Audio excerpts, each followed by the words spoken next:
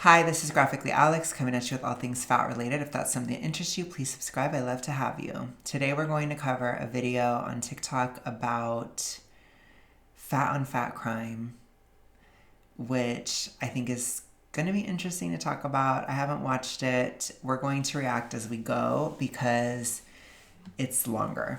So let's go ahead and just jump into it.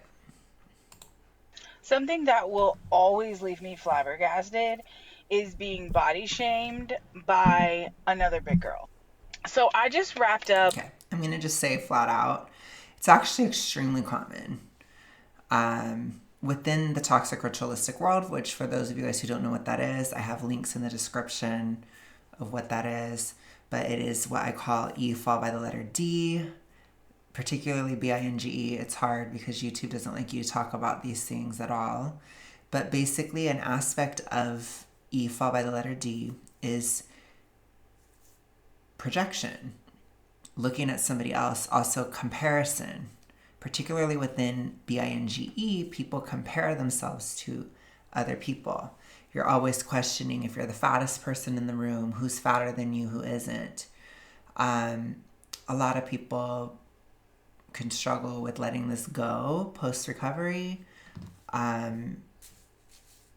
It's tricky, but there are competitive aspects.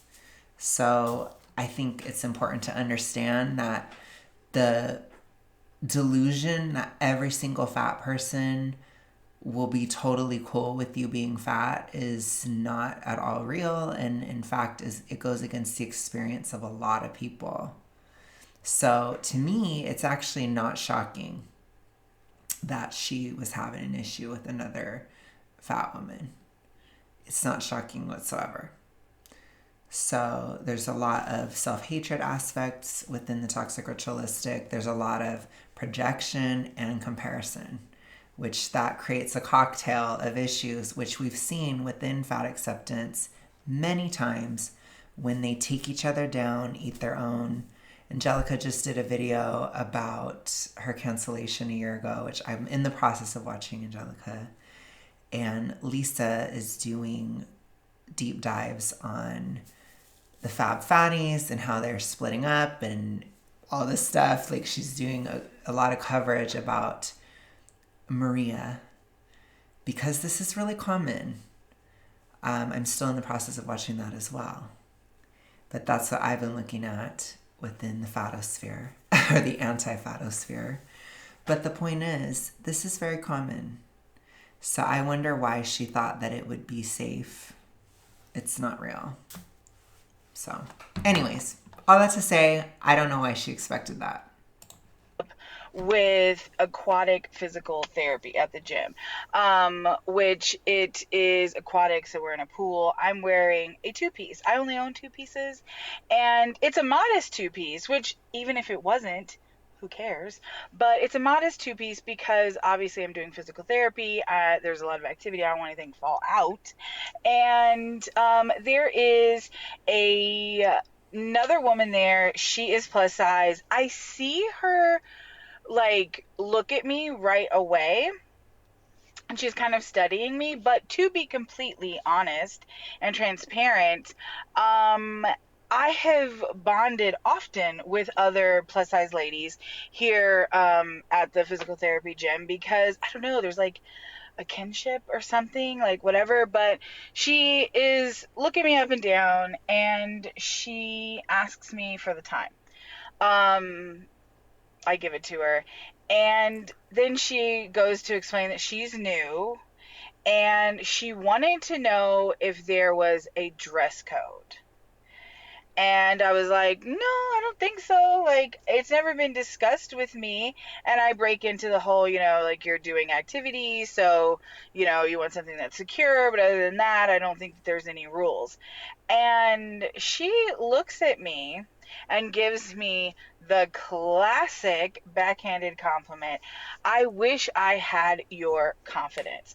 Now, this is a backhanded compliment. This is not something that I like receiving. However, I like to meet people where they are. And when people are at different places in their body positive journey, Okay, I need to say something to that. So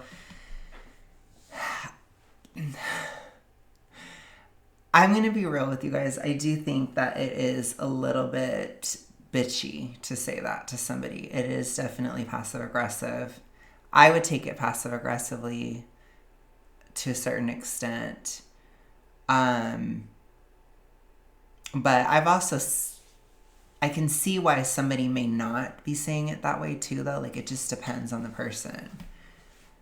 Because sometimes people say that nicely too. It's hard. But I understand why she would be upset about that comment, because she's thinking, so you're saying I shouldn't be confident, basically. That's how she's going to think about it. I get that. I know some people will say that to be mean, but also, like I said, some people won't. So it's hard. But I don't know. Yeah, it's not great. Anyways, let's continue. I don't like it, I guess. I don't like it either. Sometimes they don't understand the negativity that comes with that statement, and they don't necessarily deliver it with malice. And I could have used it as a teaching moment. I decided not to. She's new. She seemed a little nervous, or she seemed apprehensive, and that's what I took as possibly nervousness, because she had declared that this was her first time.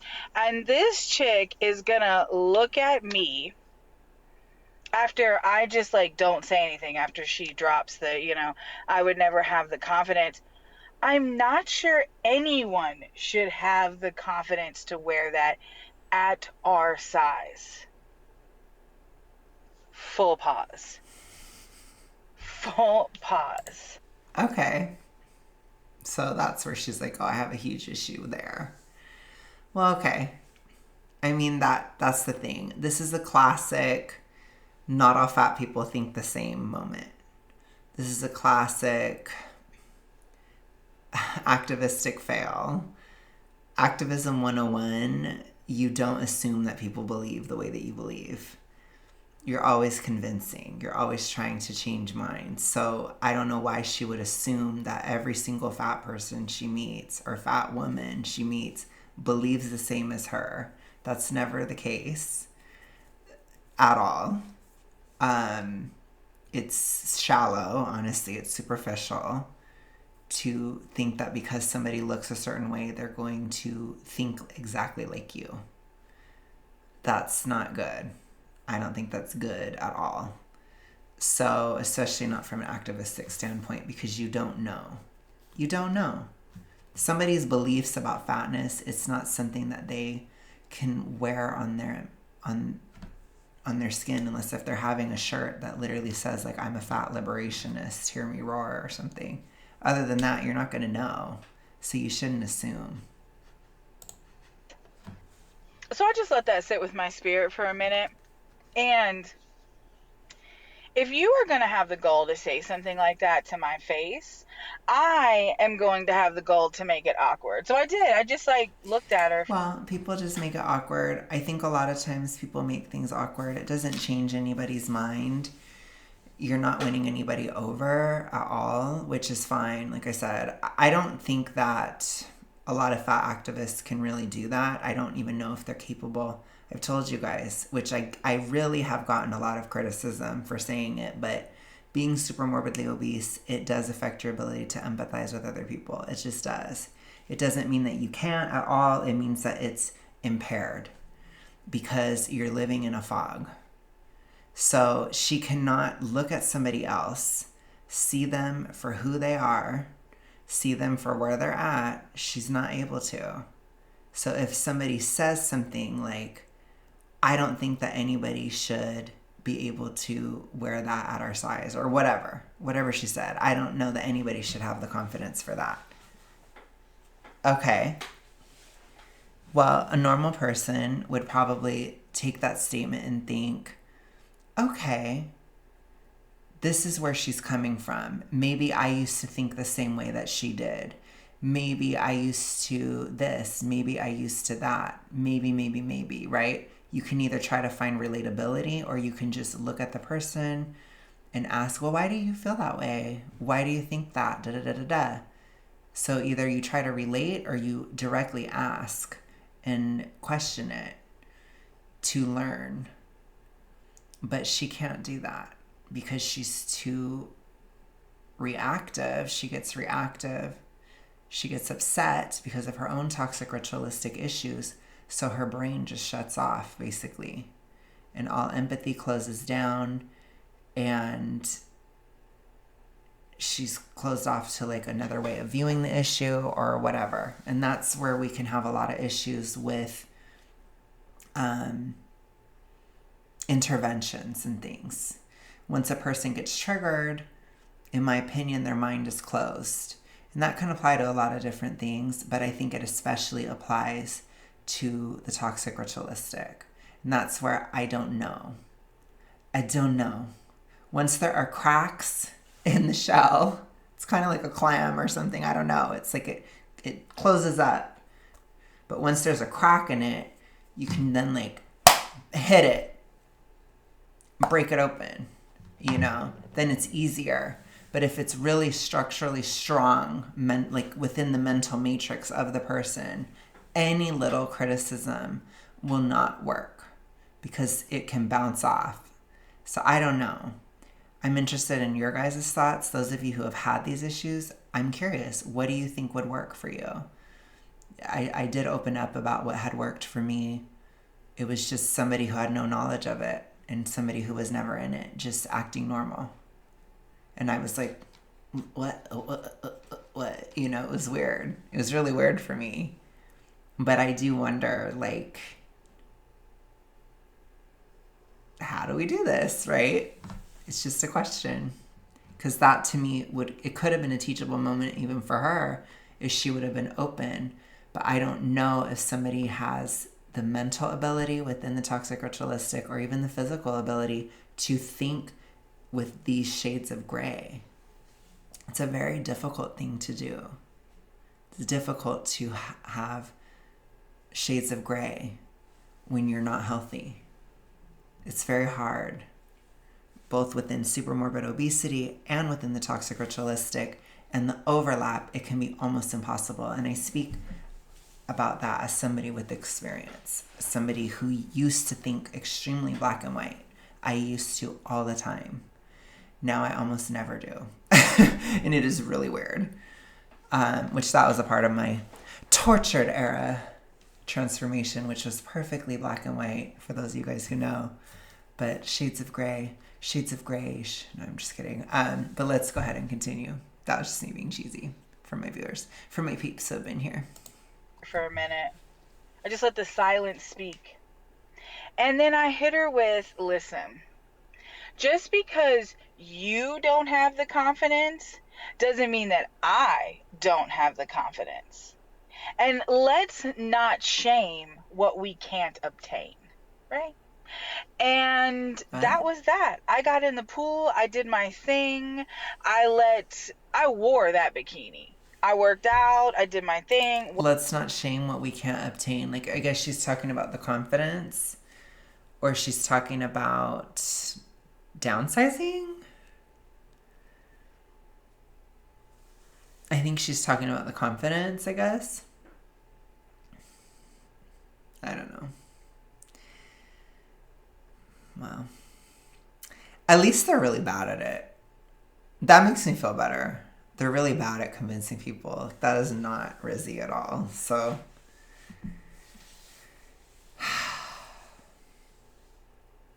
that gives me some hope.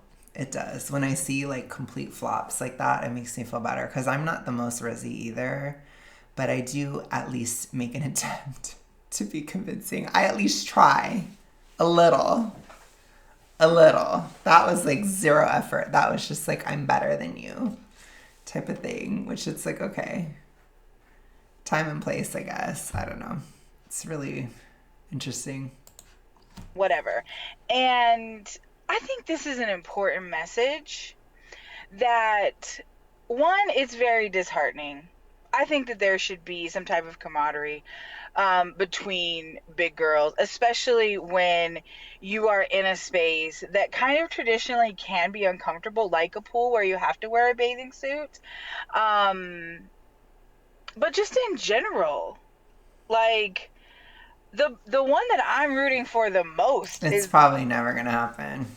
So that's kind of like a dream world thing, because there tends to have to be either A, deep hormonal dysfunction to be super morbidly obese, or B, deep mental illness to be there. So typically, people who are at that size, they're not just organically, naturally that size. It doesn't happen. It just doesn't. There's issues. So people that are that size, they're going to have issues. And if they are the toxic ritualistic type, even if there's just a tiny shade of it, there's still going to be an element of shaming other people that are big. So this is a dream that is never going to happen. If somebody got over the shame, they may not stay that size anymore, because shame is a part of a toxic ritualistic cycle. It's a part of BINGE. Part of it is shame. So they'll look at you and look for shame specifically. So this will never happen, is what I'm trying to say. You will never not have an element of shaming from other fat women. It's never going to happen, especially super morbidly obese women. It's not going to happen. It just isn't. the fellow big girl. And I understand, like I said, not, as we're all traveling and down this path of body positivity, we're all in different spots. If you see someone doing something that you can't yet do,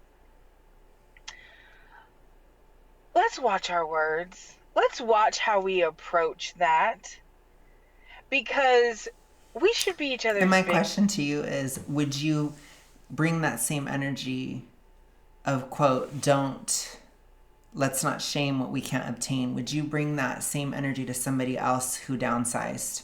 Or would you shame that? Because I would suspect you would, because I don't think you're that different. That's my opinion. That's what I think. Which, again, you could obtain it. But if you believe you can't, would you shame it? In the case of most fat acceptance, the answer is yes, because it's still there. Maybe it just shows up differently, but it's the same. Same shame, same thing.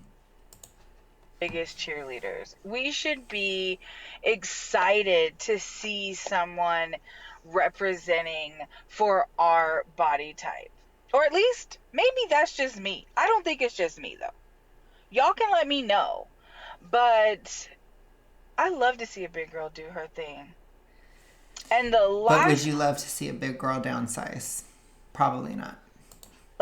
the last place that anybody in a bigger size body should have to deal with is being body shamed by someone in a body that looks like theirs.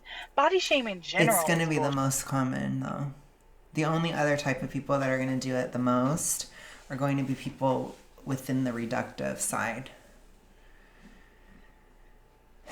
I don't know if I can even say it, but within, like, Anna,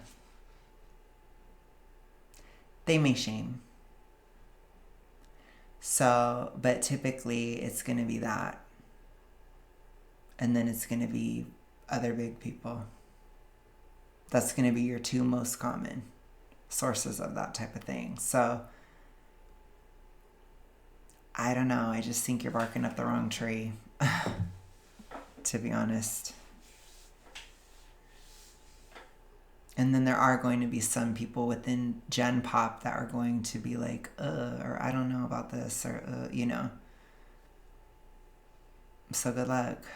Good luck, babe. Good luck. Bullshit. We should never have to accept that.